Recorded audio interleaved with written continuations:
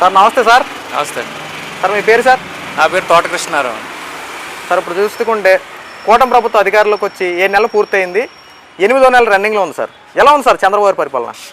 చూస్తున్నారు కదండి, సామాన్య నుంచి బిజినెస్ మ్యాన్ వరకు అందరూ హ్యాపీగానే ఉన్నారు నాకు తెలిసి. అయితే ఓకే సార్. నేను రియల్ ఎస్టేట్ బిజినెస్ చేస్తా, అన్ని రకాల పబ్లిక్ తోటి నాకు టచ్ ఉంటుంది. Okay sir. ఇప్పుడు కన్స్ట్రక్షన్ ఫీల్డ్కి వెళ్ళినా లేకపోతే ఏదైనా సరే కొంచెం హ్యాపీగా ఫీల్ అవుతున్నారు. కాకపోతే ఇంకొంచెం గ్రోత్ రావాలి. ఓకేనండి. ఒక 6 months పోతే ఇంకా స్పీడప్ అవుతుందని జనాలు అందరూ అనుకుంటున్నారు. సార్ ఇప్పుడు 8 నెలల పరిపాలన చూస్తే చంద్రబాబు గారి పరిపాలనలో వ్యతిరేకత వచ్చింది, దౌర్జన్యాలు పెరిగిపోయాయని చెప్పి కొంతమంది దుష్ప్రచారాలు చేస్తున్నారు. నిజంగా దుష్ప్రచారాలా లేదా నిజంగా ఏమైనా వ్యతిరేకత వచ్చింది సార్? దుష్ప్రచారాలు అండి. కావాలంటే డౌట్ ఉంటే పోలీస్ రికార్డులు చూసుకోమనండి, క్రైమ్ రేట్ ఎంత తగ్గిందో పెరిగిందో తెలుస్తుంది. Okay sir. సార్ ఇప్పుడు చూసుకుంటే నా జగన్మోహన్ రెడ్డి గారు ప్రెస్ మీట్లో మాట్లాడిన మాట ఏంటంటే, రాబోయే కాలంలో 30 ఏళ్ళు నేనే అధికారంలో ఉంటా, ఇక కూటమి అంతు తేలుస్తా, ఇక నాదే అధికారం, ఎవరిని విడిచిపెట్టనని చెప్పి మాట్లాడుతున్నారు సార్. ఇది ఎంతవరకు కరెక్ట్ అంటారు సార్? సహజంగా ఆయనకు పడుకునేటప్పుడు కళ్ళు వస్తాయంటే దాంట్లో ఇది ఒక కళ. ఏంటో ఫస్ట్ టైం వేసారంటే ఆయన 10 ఏళ్ల పాటు జనాల్లో ఉన్నారు. ఓకే. అప్పుడు మాకు ఇంప్రెషన్ కలిగింది, అరే ఎండనక వాననక తిరుగుతున్నాడు రాజశేఖర రెడ్డి గారు అబ్బాయి ఎలా చేస్తాడు ఏంటంటే మాకు ఒక రకమైనటువంటి ఎంటర్టైన్మెంట్ ఉండేది. అండ్ ఆ క్యూరియాసిటీ అదంతా ఏంటంటే మొన్న 5 ఏళ్ళలో చూసాం కదా. నాకు ఇప్పుడు 47 సంవత్సరాల వయసు. నేను ఎన్టీ రామారావు గారి దగ్గర నుంచి నాకు తెలుసు రాజకీయాలు. రాజశేఖర రెడ్డి గారిని చూసాం, వీళ్ళని చూసాం, అందరినీ చూసాం. నాకు ఇంతకాలం నాకున్న అవగాహనలో ఇంత దరిద్రమైన పాలన నేను ఎప్పుడు చూడలేము. సహజమే కదండి. ఏ వర్గం ప్రజలు హ్యాపీగా ఉన్నారు చెప్పండి? కనీసం 5 రూపాయలు పెట్టి కష్టపడినాడు భోజనం చేస్తుంటే అవి కూడా తీస్తారు. అలాగే ఒకటని కాదు, రకరకాలుగా ఈ ల్యాండ్లకు సంబంధించినవి కానీ శాండ్కి సంబంధించినవి. ముఖ్యంగా అయితే నేను చాలా మంది ఈవినింగ్ టైం మాట్లాడేటప్పుడు ఆల్కహాల్ డ్రింక్ చేసిన వాళ్ళు ఉంటారు కదా. అవును సార్. అలా అయితే అమ్మనా బూతులే. అది మరి పబ్లిక్ దోపిడీ కదా అన్నది. అవును సార్. మరి అన్ని చూసిన తర్వాత ఎలా 30 ఏళ్ళు ఇస్తారంటారా? ఏదో అంటుంటారు, ఎవరో స్వార్థం స్వార్థం. అయితే ఇదే జగన్మోహన్ రెడ్డి గారు నిన్న ప్రెస్ మీట్ లో నా వెంట్రుక కూడా పీకలేరు అసలు. అప్పుడు ఎందుకంటే ఓటమి నుండి మనం నేర్చుకోవాలి, ఎందుకు ఓడిపోయాం, ఎక్కడ తప్పు చేసాం అని చెప్పి నేర్చుకోవాల్సింది పోయి ఇలాంటి కార్యకర్తలనే టీడీపీ పార్టీలను బెదిరించే విధంగా నా వెంట్రుక కూడా పీకలే మీ ఎంత చూస్తానని చెప్పి మాట్లాడే ఎంతవరకు కరెక్ట్ అంటారు? అలాగా ఎవరండి ఎవరో పీకరన్నా. కాకపోతే ఏంటండి ఈ ఎంటుకలు పీకడాలు ఇవన్నీ తెలిసిపోతాయి ఎలక్షన్లో. మరి పీకరా లేదా ఆయనకే తెలియాలి కదా సార్. అంతిమ తీర్పు ప్రజలది. అంతే, పబ్లిక్ డిసైడ్ చేసుకుంటారు ఎవడు ఏ నాయకుడు వల్ల మనకి భవిష్యత్తు బాగుంటది, ఎవరైతే ఏంటనేది already public also decided. Okay. దాన్ని మనం ఎన్ని చెప్పినా, ఎన్ని డబ్బులు పంచినా, బంగారాల ప్లేట్లు ఇచ్చినా సరే ఎయ్యరు. ఎవరినైనా ఒకసారి చూస్తారు. సపోజ్ నేను ఉన్నానండి, నేను ఎవరో పబ్లిక్ తెలియదు, ఈయన ఎలా ఉంటాడో చూద్దామని చేస్తారు. మన విశ్వరూపం చూపించాం అనుకోండి, పాతాల్లోకనే తొక్కేస్తాం. అది ఆంధ్రప్రదేశ్ పబ్లిక్ లో అవేర్నెస్. అవును సార్. అది వైఎస్ జగన్మోహన్ రెడ్డి గారికి 30 ఏళ్ళు అధికారం కావాలట. రాబోయే రోజుల్లో కాబోయే ముఖ్యమంత్రి నేనే, ఇక 30 ఏళ్ళు అధికారంలో నేనే ఉంటా, ఇక ఎవరిని విడిచిపెట్టనని చెప్పి నిన్న జగన్మోహన్ రెడ్డి గారు ప్రెస్ మీట్ లో మాట్లాడుతూ ఉన్నారు. ఇక జగన్మోహన్ రెడ్డి గారికి ఆంధ్ర రాష్ట్ర ప్రజలతో సంబంధం లేదు, వైఎస్ఆర్సీపీ పార్టీ కార్యకర్తలు వేసే ఓట్లతో ఆయన ముఖ్యమంత్రి అయిపోతాడేమో బహుశా. ఆయన చెప్పిన మాటలే. రాబోయే కాలంలో 30 ఏళ్ళు మనమే అధికారంలో ఉంటాం, కూటమి ప్రభుత్వం మీద ఆల్రెడీ వ్యతిరేకత వచ్చేసింది. ఏం చేసింది జగన్మోహన్ రెడ్డి ప్రభుత్వం? మొత్తం సూపర్ 6 పథకాలని పక్కన పెట్టేశారు. ఆంధ్ర రాష్ట్ర ప్రజలందరూ జగన్మోహన్ రెడ్డినే కోరుకుంటున్నారు.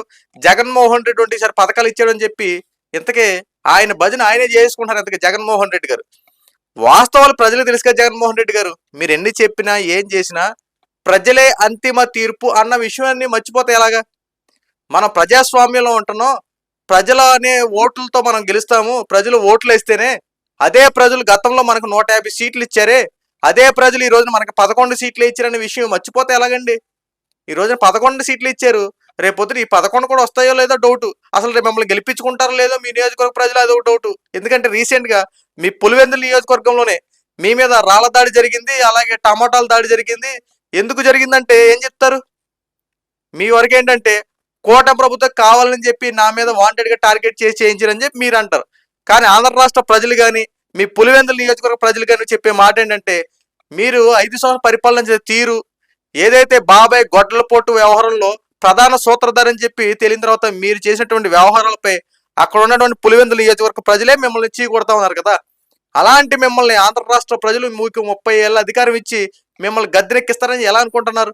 ఒకసారి ఆలోచించండి జగన్మోహన్ రెడ్డి సార్. వాస్తవాలు మాట్లాడుకోవాలి కదా మనం. ప్రజలు అనే వాళ్ళు ఉన్నారు. ఆంధ్ర రాష్ట్ర ప్రజలే అంతిమ తీర్పు, ప్రజలు ఓట్లేస్తేనే మనం గెలుస్తామని చెప్పి మినిమం కామన్ సెన్స్ లేకుండా మాట్లాడితే ఎలాగా? ఈ రోజున వాస్తవాలు తెలుసుకోవాలి కదా. మీ పార్టీ కార్యకర్తలకి, మీ యొక్క నాయకులకి మీరు ఇష్టానుసారంగా మాట్లాడుకుంటే సరిపోద్ది. కానీ నేనే అధికారంలోకి వస్తా, నేనే ముఖ్యమంత్రిని అయిపోతానని చెప్పడానికి ఎలా చెప్పగలుగుతారు? బహుశా ఈవీఎంలను పాలిట్ చేయడానికి రంగం సిద్ధం చేసుకుని ఉండాలి ఒక రకంగా చూసుకోవాలంటే. ఎందుకంటే కూటమి ప్రభుత్వం గెలిచిందనుకోండి, అది ఈవీఎంలు పాల్టు, లేదంటే ఈవీఎంలు మొత్తం నాశనం చేసి, ధ్వంసం చేసి, అలా చేసి, ఇలా చేసి, మొత్తం మాఫింగ్లు చేసి గెలిచారని చెప్పి మీరు అలాగ మాట్లాడతారు కదా. అలాగే మీరు రేపొద్దున ఎలక్షన్లో ఏం చేస్తారంటే ఈవీఎంలు పాల్ట్ చేసి, అవి చేసి, ఇది చేయడానికి ఇప్పుడు నుండి కసరత్తులు మొదలు పెట్టారేమో. ఎందుకంటే మీకు బాగా ఉండడం నానుడే కదా. మీరు గెలిస్తేనేంటో ప్రజా ఓట్లు, ప్రజా తీర్పు, యువతలు గెలిస్తేనేంటో ఈవీఎం పాల్టు, ఈవీఎంలు మొత్తం మోసం చేశారు, స్కాములు చేశారని చెప్పి అంటాం మీకు అలవాటే కదా. బురద జల్లాలి అంతే, ఏదో ఒక నెపంతో కూటమి ప్రభుత్వం మీద బురద జల్లాలి. ఈరోజు చూడండి చంద్రబాబు నాయుడు గారి పరిపాలన. అన్న మాట ప్రకారం సూపర్ సిక్స్ పథకాలు అవలంబించుకుంటేనే అభివృద్ధి పనులు చేసుకుంటూ వస్తూ ప్రభుత్వాన్ని ముందు కొనసాగిస్తూ ప్రజలకు అందుబాటులో ఉండంటే, చంద్రబాబు నాయుడు గారి పరిపాలన ఉద్దేశించి జగన్మోహన్ రెడ్డి చేస్తున్నటువంటి ఈ వ్యవహారాలు చూస్తే నవ్వాలో ఏడవాలో ఆంధ్ర రాష్ట్ర ప్రజలకు అర్థం అవట్లేదు సార్. ముఖ్యంగా మీ పార్టీకి సంబంధించిన నాయకులు రాజీనామాలు చేస్తుంటే ఆ రాజీనామాలు అడ్డుకొని ఎందుకు వెళ్ళిపోతుందని చెప్పి ఈనాడు కూడా మీరు ప్రశ్నించకపోతే ఎలాగా?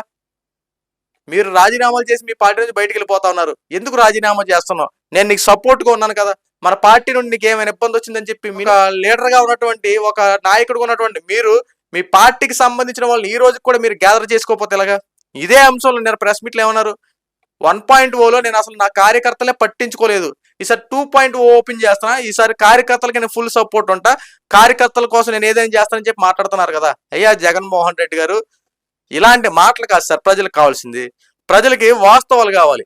గత 5 సంవత్సరాలు మీరు చేసినటువంటి పరిపాలన చూసి తట్టుకోలేక ఆంధ్ర రాష్ట్ర ప్రజలు మీకు 11 సీట్లు ఇచ్చి పక్కన పెట్టారు సార్.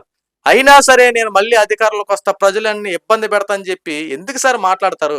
ఆ ఊహాన్ని చేసుకుని తడిసిపోతున్నారు సార్ ఆంధ్ర రాష్ట్ర ప్రజలు. అయ్యో బాబో జగన్మోహన్ రెడ్డి మళ్ళీ ఎక్కడ వచ్చేస్తారని చెప్పి ఇప్పటికే గజగజ వణుకుపోతా ఉన్నారు. 30 ఏళ్ళని ఎంత కాన్ఫిడెంట్ గా చెప్తున్నా అంటే మళ్ళీ వచ్చేస్తాడేమో బాబు అని చెప్పి ప్రజలు భయపడుతున్నారు సార్. దయచేసి ఇలా భయపెట్టమాకండి. ఎందుకంటే కూటమి ప్రభుత్వం చేస్తున్న పరిపాలన ఒకసారి చూడండి. చంద్రబాబు నాయుడు గారు ప్రజాస్వామ్యం ఎలా నడుపుతున్నారో, మీరు గత 5 సంవత్సరాలు ఎలా నడిపారో ఒకసారి చూడండి. ఈ రోజున ప్రతి ప్రజలు కూడా జగన్మోహన్ రెడ్డి లేకపోవడం వల్ల ఆంధ్ర రాష్ట్రం ప్రశాంతంగా ఉందని చెప్పి మాట్లాడుతూ ఉండంటే మీరేమంటున్నారు సార్? ఆంధ్ర రాష్ట్ర ప్రజలు నిద్ర పట్టట్లేదు, అన్నం కూడా తినలేకపోతా ఉన్నారు, జగన్మోహన్ రెడ్డి కోసం ఎదురు చూస్తున్నారు, పథకాలు లేక కళ్ళంతా నీళ్లు కారిపోతా ఉన్న వాళ్ళకి పథకాల కోసం ఎదురు చూస్తున్నారని చెప్పి మాట్లాడుతూ ఉన్నారు. అయ్యా జగన్మోహన్ రెడ్డి గారు, పథకాలు ఒక్కటే బ్రతికించేవి సార్. ప్రజలకి కావాల్సింది పథకాలు కాదు సార్, ప్రజలకు కావాల్సింది మంచి పరిపాలన. వాళ్ళకి ఉపాధి హామీ కలిగించాలి. వాళ్ళకి ప్రతి మనిషికి ఉపాధి హామీ అనేది ఒకటి ఉంటే పథకమే ఉంది సార్. ఒక రోజు ఇస్తే రెండోసారి ఖర్చు అయిపోతూ ఉంటుంది. సంవత్సరానికి ఒక్కసారి ఇచ్చే పథకం కోసం 11 నెలల ఉపాధి లేకుండా తిరుగుతాడా ఏంటి? నువ్వు ఇచ్చే సంవత్సరానికి ఒకసారి ఏదైనా పథకం ఇస్తే అది 12 నెలల్లో ఒక నెల తీసేస్తే 11 నెలలు అని ఇచ్చే 11,000 12,000తో తిరుగుతాడు అనుకున్నారా ఏంటి?